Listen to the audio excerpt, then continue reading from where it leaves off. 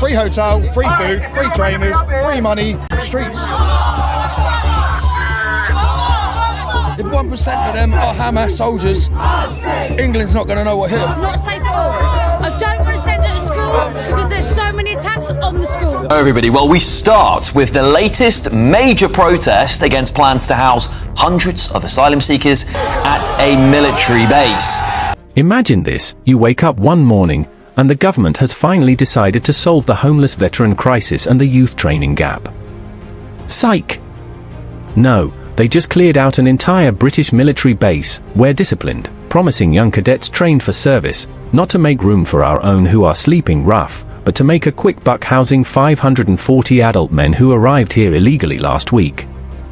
And they did it in 7 days flat. No consultation. No meeting.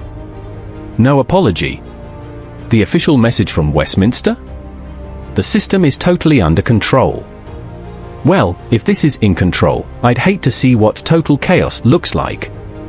It's like watching someone burn down a family heirloom to keep a total stranger warm, and then demanding a thank you note. It's the moment a quiet English town realized it was no longer being governed, it was being reproposed. And speaking of control, I notice that almost 98% of you watching this explosive, uncensored story are currently unsubscribed. If you find this level of high stakes, unvarnished truth valuable, don't let this be another thing the establishment thinks it can take for granted. Hit that subscribe button right now, you won't want to miss what happens when the next town cracks. We're starting this story not with a protest, but with a closure. Specifically, the military training base in Crobra, East Sussex.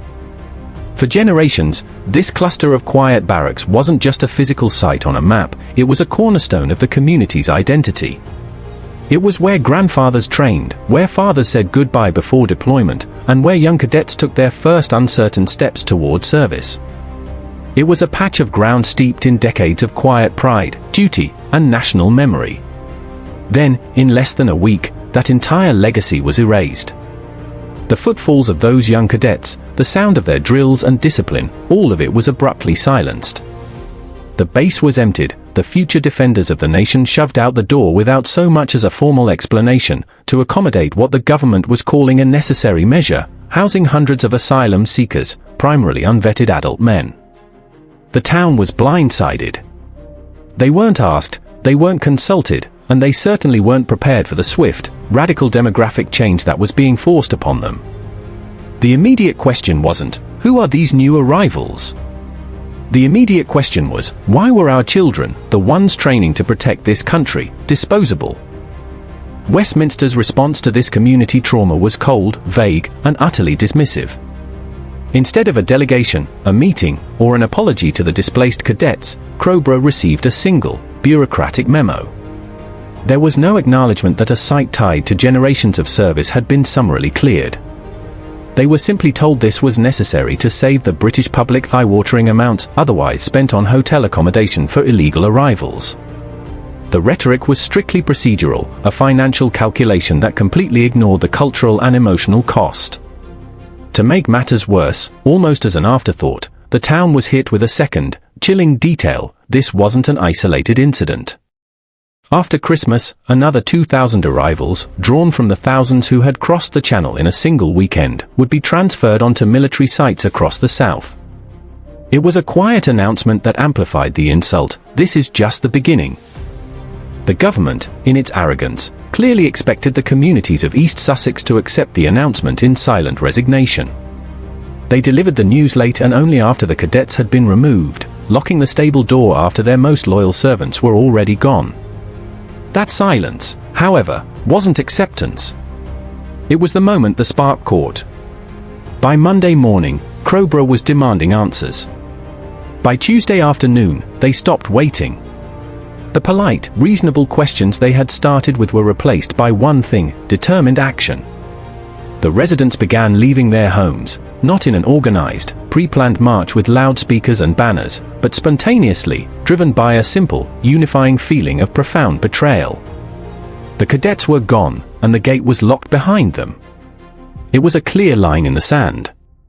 And at the front of that growing crowd, an image that spoke volumes, a line of 57 veterans. These men and women, who understood the meaning of sacrifice and service, stood in the driving rain, not shouting in rage, but in disciplined, stone-faced silence. Their eyes were fixed on the base that had once shaped them, a place that had just been stolen by administrative fiat. The silence of those veterans hit harder than any megaphone. The town was not protesting an immigration policy, they were confronting the system that had just chosen paperwork over their own people. The sheer velocity of the protest was unprecedented.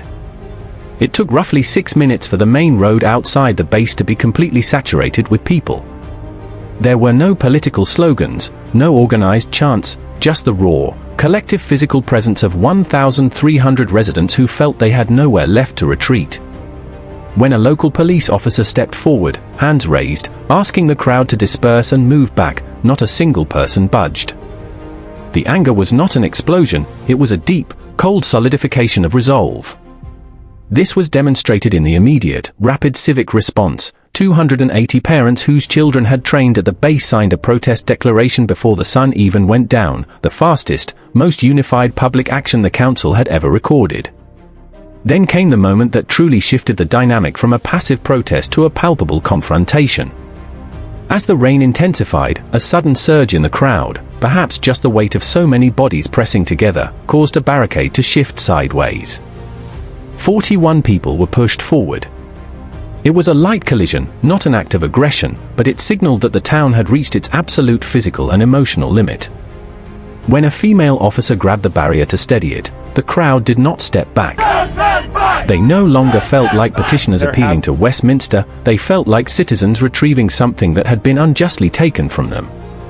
They were not leaving. They were holding their ground.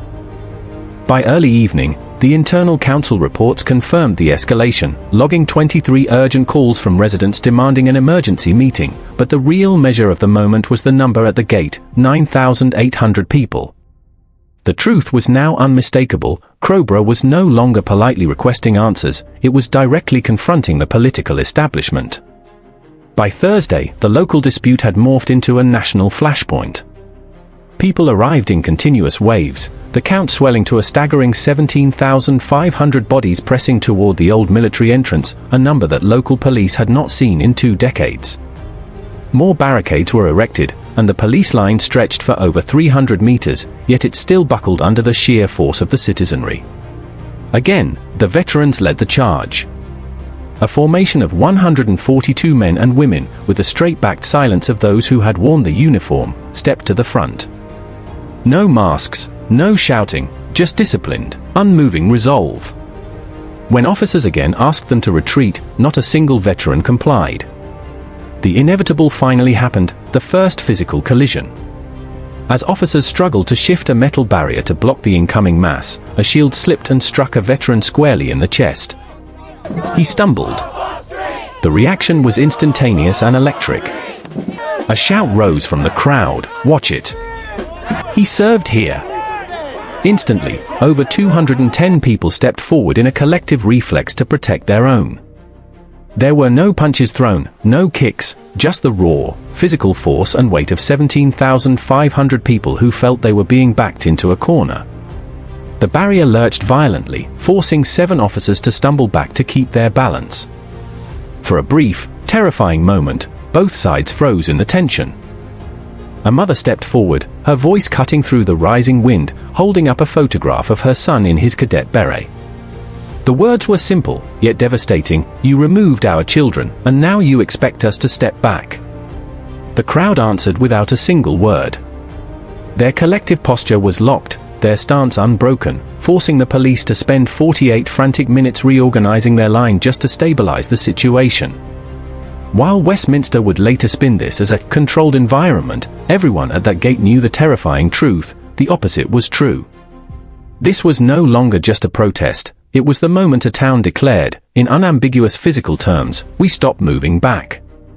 Crobra had shown the entire country what happens when local patience finally breaks. The following morning, the rest of Britain realized Crobra was not a solitary incident, but the visible fracture of a much larger, national fault line. Before breakfast was even served, villages in North Yorkshire, Lincolnshire, and Kent, all featuring former military sites, began circulating their own videos. Residents were gathering at fences, families of servicemen were pinning military patches onto locked gates, and village halls were overflowing with people demanding answers that the government was strategically withholding. A sign in one town simply read, "Crobra was first. We will not be second." This localized fury instantly translated into a political flood. By noon, members of parliament had received over 40,000 emails, all referencing the events in Crobra. Police forces in 3 different counties activated high-level readiness protocols, not necessarily because violence was imminent, but because the fundamental contract of public trust had visibly and irrevocably ruptured.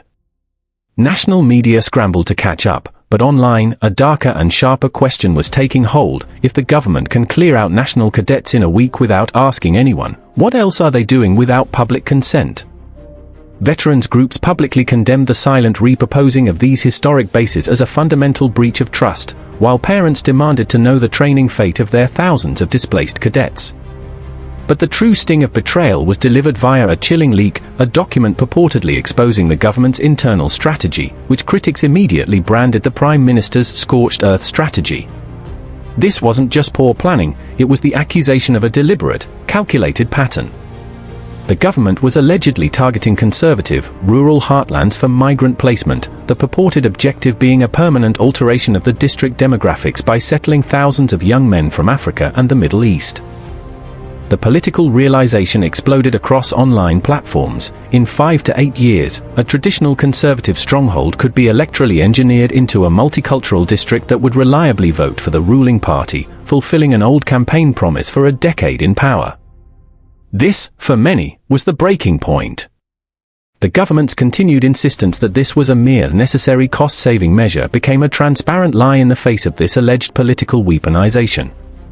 The consequences for these targeted towns were immediate and devastating. The moment a base was announced, local property within a 5-mile radius became a financial pariah, with estate agents reporting house value crashes of a staggering 20 to 40%. Concurrently, reports of street violence and social friction surged. The public was accusing the government of establishing a two-tier justice system, an atmosphere where a lifelong resident could face an arrest for hate speech for merely speaking harshly about her new neighbors, while police platoons were deployed not to enforce the border, but to stand guard, protecting the facilities and the new arrivals. Local economies were stalling, property insurance premiums were skyrocketing, and rural medical practices were reporting unsafe saturation levels, with leaked briefings using the alarming official code, infrastructure limits breached. This is bureaucratic language for a total, systemic loss of operational control, and the villagers could feel it every day. The most damning revelation for the locals was the quiet directive police commanders had received: prioritize the facility, shield the asylum seekers. This was seen as a profound betrayal of taxpayer money and the very essence of community policing. The government was so focused on their 10-year political consolidation strategy that they were willing to sacrifice the safety and economic viability of the British countryside to punish opposition voters. Historic barracks, once housing elite British troops, were now repurposed as accommodation blocks for unvetted arrivals. The financial logic was equally cynical. The retrofitting costs for these sites spiraled to match the very hotel bills they were supposed to replace, but the spending was deemed unlimited because the occupants were arrivals from the Channel, while funding for British veterans sleeping rough was deemed impossible. Crobra taught Britain a difficult truth: a nation does not weaken when plans change, it weakens when people stop being asked. The countryside is being managed by technocrats who view rural heritage as a logistical inconvenience and who are determined to engineer a different future. These bases are not simply housing facilities, they are the physical admission of defeat on border control, the staging ground for a radical political experiment. The psychological toll on these high-trust communities is an invisible epidemic. The era of leaving the back door unlocked is over, ended not by crime, but by cold, calculated government policy. The spark that ignited at one gate in East Sussex has already crossed county lines. The question is no longer why Crobra. It is a chillingly simple one: who is next?